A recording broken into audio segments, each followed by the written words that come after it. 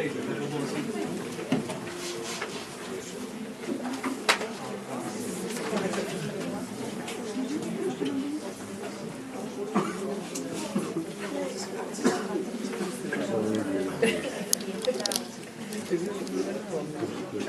vítajte všetci na pôde, alebo na povale, teda v tomto evangelickom kostole, takom tradičnom mieste v rámci tohto dnešného večera. Moje meno je teda Marián Kaňuch, ja som tu teda farár v tomto zbore a ja budem teda čítať z tejto knihy Bielý kráľ. Taký veľmi zaujímavý príbeh v podstate z doby Čaučeskovho režimu v Rumunsku. Vlastne je to príbeh chlapca, ktorý žije so svojou mamou, 10-ročný chalan, ktorý žije so svojou mamou kvôli tomu, že vlastne otca im zavrela polícia za tohto ťažkého režimu. No a on sa v podstate stáva do takej situácie človeka, ktorý veľmi chce svojej tej mamke pomáha, veľmi jej chce pomôcť a tvári sa, že je taký dospelák. Takže je to taký zaujímavý príbeh. Volá sa to teda Bielý kráľ a autor sa volá György Dragoman. Takže budem čítať z pasáže a z kapitoly, ktorá sa volá Tunel. Práve som si písal domácu a mama opravovala písomky. Odkedy jej zakázali učiť, opravovala písomky oveľa častejšie ako predtým, lebo bývalé kolegyne jej často tajne dávali písomky na opravovanie. Lebo vedeli, že z tých peňazí, čo dostala za upratovanie, my sme v podstate nejako nevyšli. A takto jej chceli aspoň pomôcť. Veľmi som už chcel mať tie úlohy za sebou, lebo som sa hrozne tešil na gaštanový tunel, ktorý mama robila špeciálne pre mňa na narodeniny. Ledva naň vedela zohnať smotanu a gaštany. A gaštanové pyré sme robili spolu z uvarených a prepolených gaštanov. Potom sme lyžičko vyškrabávali dužinu. A bola to moja obľúbená sladkosť. Naposledy sme ju síce jedli pred viac ako rokom, keď bol doma ešte otec, než ho zobrali na Dunajský kanál. A bola to jeho obľúbená sladkosť. Odvtedy sa nám podarilo zohnať gaštany prvý raz a vedel som, že keď skončím s úlohami, vyberieme tunel z chladničky a dáme naň sviečky a spolu oslavíme moje narodeniny. A už som chcel byť veľmi hotový, v tom zrazu sa ozval zvonček. Mama sa, pravda, že striasla, od domovej prehliadky sa vždy vyľakala, keď takto zazvonil a fakt, nikoho sme nečakali. A nikto k nám nezvykol chodievať. Aj susedia k nám chodievali dačo pýtať, alebo doniesť skôr podvečer. Ale takto po obede skoro nikdy. A keď som sa pozrel na mamu, videl som, že zbledla. Tak som jej povedal, aby zostala, že ja sa pozriem, kto to je. A ak ho nepoznám, tak ho nevpustím. A vyšiel som do predizby a kúkol som cez priezor. Ale nikoho som nevidel. Chodba bola prázdna. A tak som si pomyslel, že iste chalani blbnú, hoci som im povedal, aby so zvončekom nerobili žiadne srandy. A už som sa chcel vrátiť, aby som povedal mame, že nikto neprišiel. Ale zvonec sa ozval zase. A znovu som vyzrel a zase som nič nevidel. A tak som sa zobral a otvoril som dvere, ale iba preto, lebo som sa chcel pozrieť, či niekto niekde nezalepil tlačítko zvončeka. No proste, ako som otvoril dvere, stálo tam decko. Mohlo mať najviac tak 7 rokov. Preto som ho nevidel. Aj zvonček mohlo dočiahnuť asi len tak. Bolo v školskej uniforme, ale kabátik mu bol minimálne o 6 čísel väčší. Siahal mu skoro po kolena a rukami mal odstrihnuté asi tam, kde mal pôvodne lakte. A decko bolo naložené vešiakmi a drevenými nožmi a varechami. Malo na sebe aspoň 100 vešiakov a váľky. A na špagáte uviazanom okolo drieku malo štipce, aj tých strašne veľa. Aspoň 500. Ale fakt. Keď ma uvidel, hneď sa opýtal, či mám doma mamičku. Takže ja som mu povedal, aby sa pratal. Lebo nič nekúpime. A on na to povedal, že sa nepýtal, či chcem niečo kúpiť, ale či mám doma mamu. Ja som mu povedal, vyšiel do ryti. Lebo ak nie, tak ho zhodím zo schodov. Ale predtým mu dám zožrať ešte zo 2 vešiaky. Zdalo sa, že sa nezľakol ani z toho a ešte raz tlačil zvonček. A vtedy mama zakričala z izby, že kto je to? A ja som jej zakričal späť, že nikto. Ale ten štopel začal kričať tiež. Že doniesol lacné vešiaky a že nech sa milostivá doma vyjde pozrieť, lebo také dobré drevo ešte v živote nevidela. A vtedy som krpca postrčil, ale nespadol. Len vstúpil dozadu a chytil sa za bradlia. A ja som mu zopakoval, že šup, šup, dovidenia. Lenže vtedy tam už bola mama a pozerala na mňa a videl som, ako jej sprísneli pery. Padaj do izby. To mi povedala. A ja som, pravda, že nešiel. Len do predizby. A odtiaľ som sledoval, čo bude. A mama sa spýtala štopľa, ako sa volá a koľko má rokov. A ten povedal, že Márius a že 6,5. A potom sa mama spýtala, že koľko má súrodencov. A decko, že 8. A na to mama povedala, že dobre, nech ide dnu a nestojí tam vo dverách. Aj keď na schodisku vôbec nebolo chladno.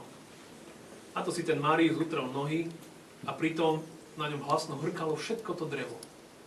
Robil taký hluk, ako by nebol ani sám. A potom vošiel do predizby a zastal a zložil z pliec všetky tie rárohy. Mal ich pripevnené na takom remeni, vyzeral ako postroj. A všetko to zložil na koberec a začal mame vysvetľovať, ako jeho otec štiepa a suší drevo na pôde a ako so svojimi súrodencami vyrezávajú vešiaky a štipce. Takže k takejto príjma ručnej práci sa človek len tak ľahko nedostane. Rozprával celkom ako dospelý, bez prestania a pritom dvíhal raz vešiak, raz štipec, ukazoval ich mame ako niekto, kto je na ne fakt hrdý. A mama celý čas nič nehovorila a keď decko konečne stíchlo, tak sa ho len spýtala, kto ho naučil takto šikovne rozprávať. A decko sa na ňu pozrelo a povedalo, že otec. A na to sa mama opýtala, či to robia aj ostatní jeho súrodenci. A Márius povedal, že hej, oni chodia po susedných činžiakoch a v našom meste budú týždeň. A potom pôjdu ďalej. A domov dôjdu až na Vianoce, až keď prejdú pol krajiny. A na to sa mama ho spýtala, či nechodia im do školy. A Márius povedal, že nie, ani jeho súrodenci. A mama sa ho spýtala, či potom ani čítať nevie. A Márius sa usmial a potriasol hlavou, ale hneď na to povedal, že za to počítať vie fantasticky. A hlavne sčítať. A keď bude treba sčítať cenu vešiakov, potom doma uvidí, že jej z fleku povie dobrú cenu. A hneď sa aj spýtal, koľko vešiakov chce mama kúpiť a koľko štipcov. A už chcel začať odznova, že aké kvalitné je to drevo, lenže v tom mama sa ho opýtala, či je hladný. A Márius pravda, že povedal, jasné. A tak ho mama chytila za plece a povedala, aby išiel s ňou do kuchyne. A ja som sa vtedy strašne zľakol. Lebo som si hneď spomenul na Gaštanový tunel a bál som sa, čo bude. Veľmi opatrne som vošiel do kuchyne. Nechcel som, aby mama na mňa nakričala. Dovtedy už Márius do poly dojedol hrubý krajec chleba s masťou. A na to mama vytiahla hrnček a z chladničky vybrala fľašu s mliekom a naliala mu do hrnčeka. A ten ho hneď schmatol do oboch rúk a vypil. Strašne hlasno preglgol. Potom zložil hrnček a rukávom školského kabátika si utrel ústa. A keď mama dávala späť mlieko do chladničky, vtedy Márius pozrel rovno na Gaštanový tunel. Tam dnuka na polici v chladničke ešte na nej ukázal rukou a spýtal sa, že čo je to? Ja som to nevydržal, musel som sa ozvať a povedal som, že nič, nech sa nestará. Ale iba čo som to vyslovil, už som aj vedel, že som nemal, lebo mama na mňa pozrela a usmiala sa na mňa tým svojim prísnym, studeným úsmevom a povedala, synček, zdá sa, že máš hostia. A to je ozajstná oslava. A na to otvorila chladničku a vybrala Gaštanový tunel. A povedala, aby som vybral 2 taniere a 2 lyžičky. A Hlas mala taký prísny, že som sa vôbec neodvážil priečiť. Len som pekne krásne vybral taniere a lyžičky. Jedný som položil pred decko a druhé na svoje miesto. A potom som si sadol. A medzi tým mama zapichla jednu sviečku do tunela, tam, kde bolo čokoládou napísané, že 12. A zapálila ju. A medzi tým vravela, že by ich malo byť 12, ale teraz stačí aj takto symbolicky jedna. A ja som potom sfúkol sviečku a pritom som si želal, aby sa vrátil otec. Ale aby sme aspoň dostali o ňom nejakú správu. Tak som ju sfúkol. A potom mama nakrojila tunel a prvý rez dala Máriusovi a druhý mne. A Márius hneď začal jesť. A tak som mu ani ja schválne nezaželal dobrú chuť. Zobral som lyžičku do ruky, lenže nezačal som jesť. Ale som si najprv trochu obzrel ten tunelový rez na svojom tanieri. Bielu šľahačku v strede gaštanového pyré. A asi som myslel na otca. Potom som si dal za lyžičku. Bol presne taký chutný, ako som si pamätal, alebo ešte chutnejší, sladký a jemný. A až vtedy, keď som jedol druhú lyžičku, som sa pozrel na Máriusov tanier. A on práve dojedal posledné sústo. A pozrel na mamu a povedal, že on také dobré v živote ešte nejedol. Nikdy v živote. A spýtal sa, či ešte môže dostať jeden kúsok. Ja by som bol najradšej povedal, že figu. Aj ten jeden mu bolo škoda dávať. Ale mama mu odkrojila ďalší kus. A tak som aj ja začal jesť rýchlejšie. Už som si nevychutnával pyré, len som naberal lyžičkov jedno za druhým, ale celý čas som sa pozeral na Máriusa a on do seba pchal, čo mu ústa stačilo. Vykrajoval si lyžičkou také kusiska, že si ich musel pridržať palcom, aby mu nespadli. A bradu mal už samú šľahačku a gaštanové pyré. A keď dojedol, zase sa pozrel na mamu.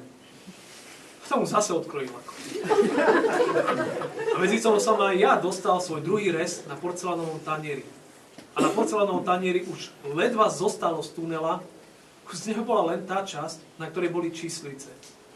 A Márius ešte vždy jedol presne tak rýchlo, ako na začiatku. Naklonil sa hlboko na tanier a tou rukou, ktorou si nenaberal, sa opieral o stôl a na poli zakrýval tanier. Lenže mama ho nenapomenula, aby sedel poriadne, hoci mňa by isto zvozila. A keď sa minul aj ten ďalší rez, tak Márius zasa pichol lyžičkou do porcelánového taniera a povedal, nech mu už to málo dá na tanier. Hádam, to nenecháme vyschnúť. A videl som, že mama už nerada vzala nôž do ruky, ale nakoniec predsa rozrezala posledný kus na poli. Jemu dala jednu polku a mne druhú. A keď som došiel do polovice tohto posledného kusa, zrazu som pocítil, že už viac nevládzem zjesť. Ale dovtedy už Márius svoj čas dávno zjedol. A videl som, že pozerá na môj tanier. Takže som just ešte zjedol za lyžicu a ani som vôbec necítil chuť gaštanov. Len tú sladkú rumovú chuť. Ale schválne som jedol ďalej, hoci som už ledva vládal prehltať. Takže Márius tak pozeral, že som to just jedol všetko. Ešte aj s lyžičkou pozbieral zvyšky šľahačky a zlísal z lyžice. A keď som konečne tiež zložil lyžicu, cítil som, že mám celkom rozbúrený žalúdok. Ale aj tak som sa usmieval. A vtedy na mňa Márius pozrel a povedal, že všetko najlepšie. A potom pozrel na mamu a povedal, že ďakujem, že ho tak pekne pohostila. A teraz nech mu povie, či kúpi vešiaky alebo nie. Lebo on už musí ísť, lebo ešte ledva čo si predal. A na to mama povedala, že dobre, kúpi 5 vešiakov a 10 štipcov. Ale len vtedy, ak ich Márius dá lacno. A potom sa začali jednať. Mama sa strašne rada jednala, možno to celé spravila len preto, aby sa mohla jednať. Odkedy sme museli predať niečo z octových šiat, aj tak sme mali kopu prázdnych vešiakov. V tom ma napuhlo. A cítil som, že už vyvrátim celý tunel, aj so zemiakovým paprikášom, čo som jedol ešte na obed. Vstal som a vyšiel som do kúpeľne, stísol som zuby, lebo som ani za svet nechcel vracať. Zastal som si pred umývadlom, pustil som studenú vodu, nafrkal som si to trochu na zátylok, lebo som sa v škole učil, že to pomáha, keď je človeku na vracanie. A trochu som sa aj napil z dlani a to ma našťastie prešlo. A keď som sa vrátil do kuchyne, mama mala už vyjednávanie za sebou. Márius si práve dával na seba vešiakový postoj. A keď ma uvidel, povedal, že keď mám narodeniny, tak mi patrí aj darček. A a zvesil z postroja jeden drevený nôž. A podal mi ho a povedal, že nech mi dobre slúži. A ja som len prikývol, nechcel som poďakovať. Aj som sa bál, že ma zase napne. Potom som mu otvoril dvere a aj som za ním zavrel.